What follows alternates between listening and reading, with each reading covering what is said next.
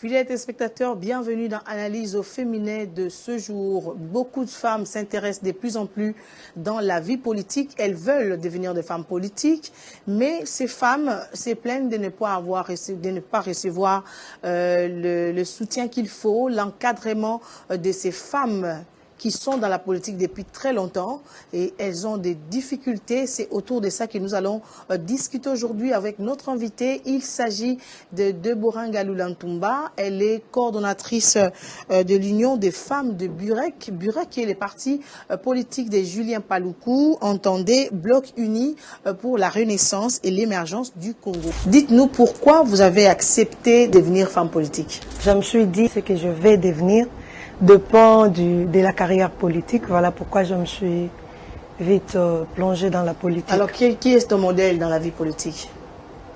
Pour l'instant, je dirais que je n'ai pas de modèle. Donc, parce que c'est comme ça toi-même? Non. Avant, j'appréciais trop Madame Eve Bazaïba. Ah, tu as changé maintenant, tu l'aimes plus? Et Madame Francine Mouyumbe. Okay. Mais à un certain moment, j'ai plus compris que ça devient leur intérêt.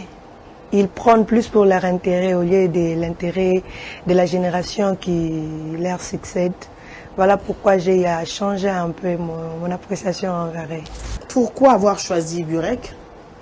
Il y a beaucoup de partis au Congo, tu n'as choisi que Burek, pourquoi?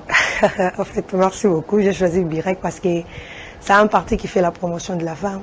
Quelle place occupent les femmes au sein de votre parti politique? Oui. Avant d'aller au Burek, j'étais dans un autre parti, j'étais au PPRD. Mais je me suis rendu compte que par rapport à la place, l'apport qu'on accordait à la femme au sein du Burek et au niveau du PPRD, je me suis sentie dans l'obligation d'aller au Burek parce que là, j'allais me retrouver facilement. Le Burek ne tient pas compte d'état tribu, le Burek ne tient pas surtout compte de l'âge. Surtout par quelqu'un du Nord Kivu. Toi, Burek, tu es du Kasaï et au lieu d'aller à l'UDPS, tu es parti au Burek. Au contraire, je me sens bien et à l'aise au Burek. Tu connais Swahili? Je tâtonne un peu. Alors, je ne suis pas swahiliphone, je suis Luba. Ok, donc au Burek, en adhérant au Burek, je me suis rendu compte que tout ce que je cherchais dans un parti politique, je l'ai trouvé au sein du Burek. Alors, quel est le moyen que tu comptes utiliser, toi, pour ne pas ressembler à ces anciennes femmes politiques qui n'ont pas eu le temps de t'encadrer, toi? Toi, comment tu comptes t'y donner pour les autres générations? En fait, moi, je suis ouverte, je suis disposée.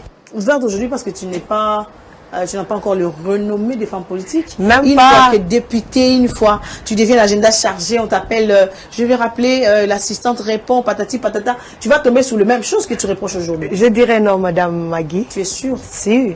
Par rapport aux difficultés que vous, les jeunes femmes politiques, vous rencontrez aujourd'hui, un mot, comment s'en sortir pour celles-là qui sont en politique et n'ont pas de moyens, mais elles ne travaillent pas ailleurs, elles ne savent pas qu'est-ce qu'ils font faire. Quel conseil pour terminer?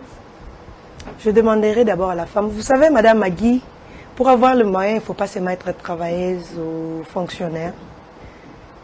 Je demanderai à la plupart des jeunes femmes d'être entreprenantes. L'entrepreneuriat ne dépend pas seulement qu'à ce que tu sois dans un bureau. Vous savez, il y a nombreuses parmi nous qui se disent avec un $100, je ne peux pas être entreprenante. Et pourtant, avec $100, elle peut. Ici à Kinshasa, il y a les femmes qui nourrissent leur foyer avec juste un $10. Elle s'achète 2 bacs de pain.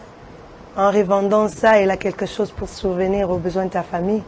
Mais je ne demande pas aussi qu'elle toute aille seulement vendre le pain. Il y a aussi celle qui peut faire. Donc, merci et à très bientôt.